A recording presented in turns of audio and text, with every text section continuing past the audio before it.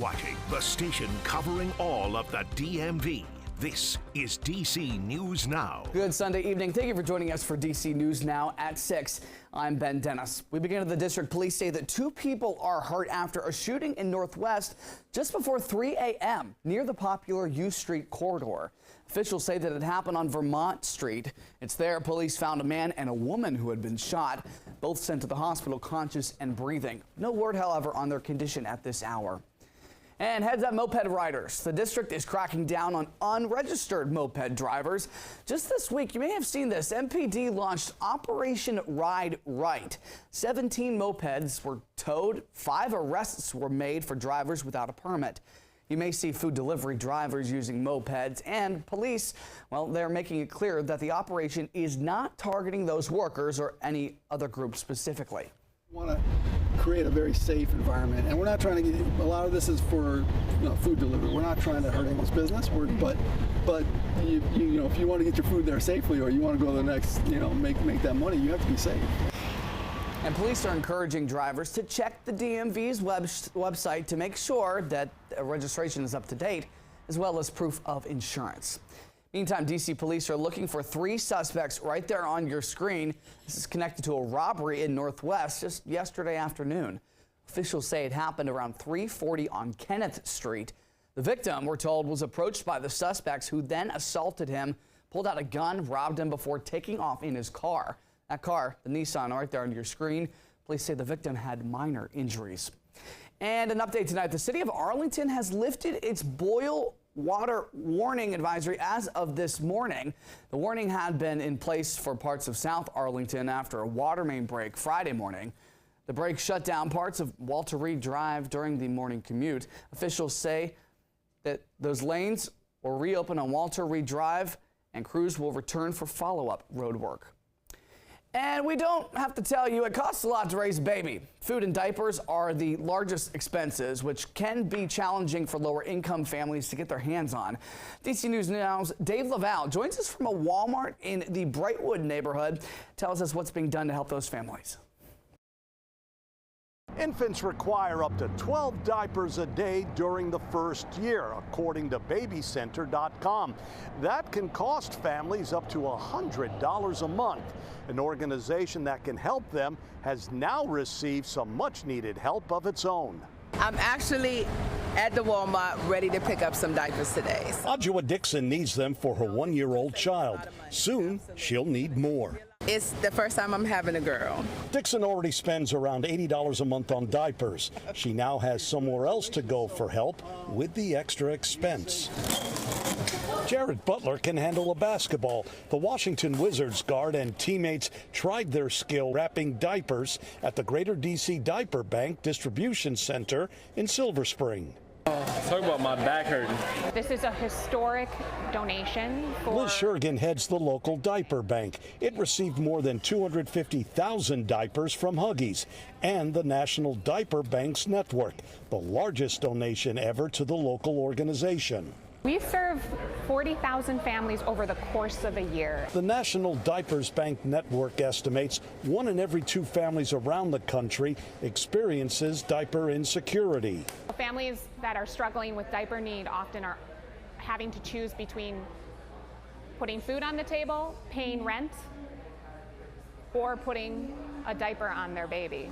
25 grand. The Monumental Sports Foundation came to the center bearing a big gift that will mean even more diapers for families like Dixon's.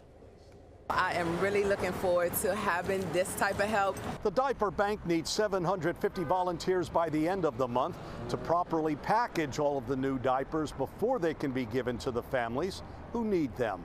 In the Brightwood community in Northwest, Dave Laval, DC News Now.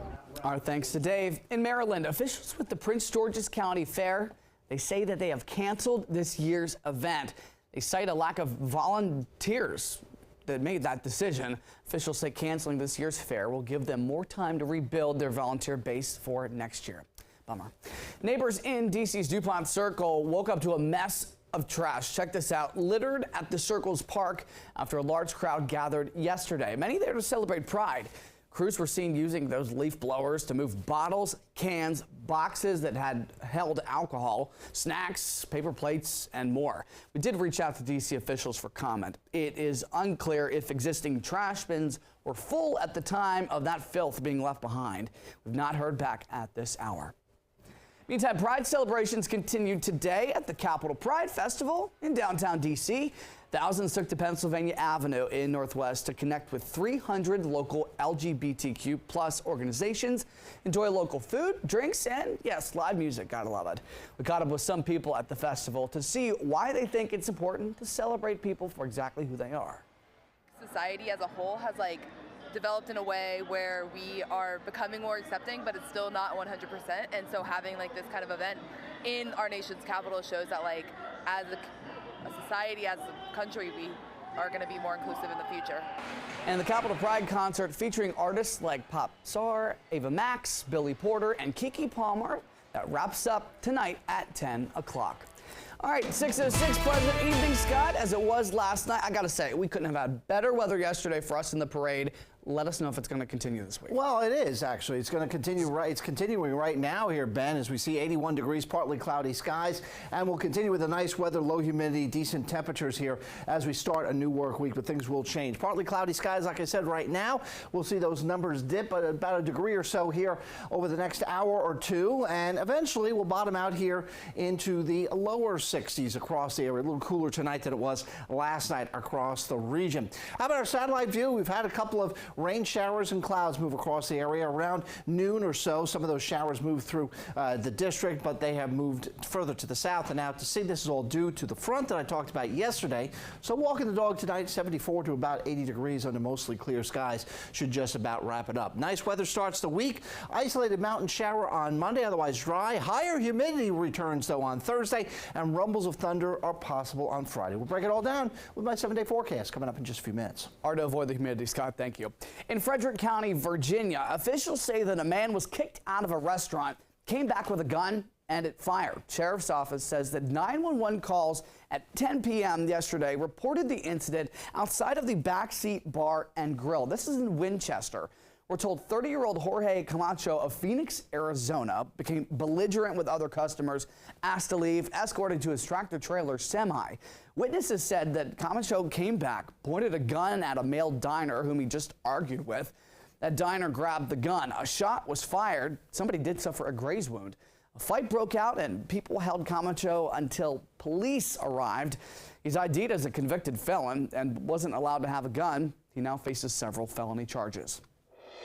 And new details on that blast heard and felt in Arlington just 6 months ago when a Ballston duplex exploded during a police standoff. It was shocking video at the time.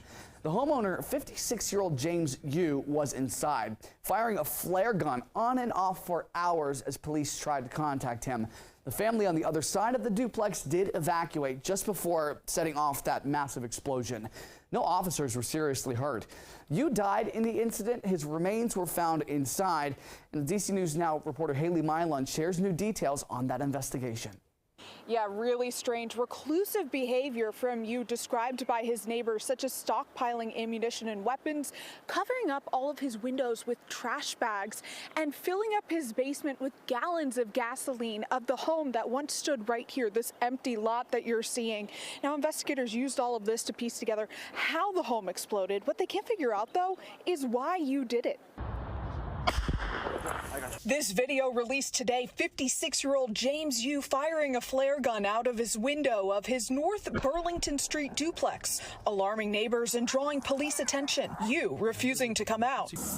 Arlington Police, come to the front door with your hands up. Investigators cleared a family from the other side of the duplex while trying to coax Yu out of the home, breaching the front door, deploying tear gas and pepper spray. To move away from your front door. Yu doesn't budge. At 8:24, Yu, who had 35 gallons of gasoline inside, set off the explosion, killing only himself. No officers were seriously hurt. I recognize how devastating this incident was for our community. I can assure you that it was equally devastating for police officers and members of the first responder community. Police Chief Andy Penn announcing today that all involved officers are cleared of any wrongdoing. There's no continuing threat to this community. FBI investigators say there's no clear motive for Yu's actions, and police never had any encounters with Yu, and the former federal employee had lodged numerous complaints with the FBI over the years, though nothing leading to an investigation. Curious neighbors like the Wheelers getting a bit of closure months after the sky in Arlington lit up. It's way off on the far end of crazy things that, happen near you. The family living on the other side of the home did get out safely, but they are not providing any comment. That coming from a statement from their attorneys. In Arlington, I'm Haley Mylon, DC News Now. A wild story indeed, Haley, thank you. Meantime, Howard alum Antoine Bethea was inducted into the Black College Football Hall of Fame just yesterday. The ceremony took place last night in Atlanta as Bethea and 6 others were inducted into the hall. Bethea was a one-time all-conference selection during his 4-year career with the Howard Bison. He went on to play 14 years in the NFL for the Colts, Cardinals, Giants, and 49ers. Congrats indeed. An update, WMATA has announced they saw their highest ridership on a weekend since the pandemic. Officials say Metro buses and trains saw 650,000 riders total yesterday, no doubt fueled by the Pride Parade and a large protest near the White House.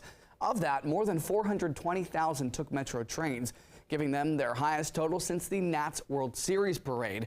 They say yesterday was also the busiest Pride Parade since 2021. An update on your wallet, WMATA is set to increase prices starting July the 1st. Officials say fares will increase roughly 12%, with base fares on trains and buses jumping from $2 to $2.25. They also say maximum fares will also increase from $6 to $6.75. WMATA will start charging 5 cents per hour to use their bike locker service, but no changes expected to parking prices. A little bit of good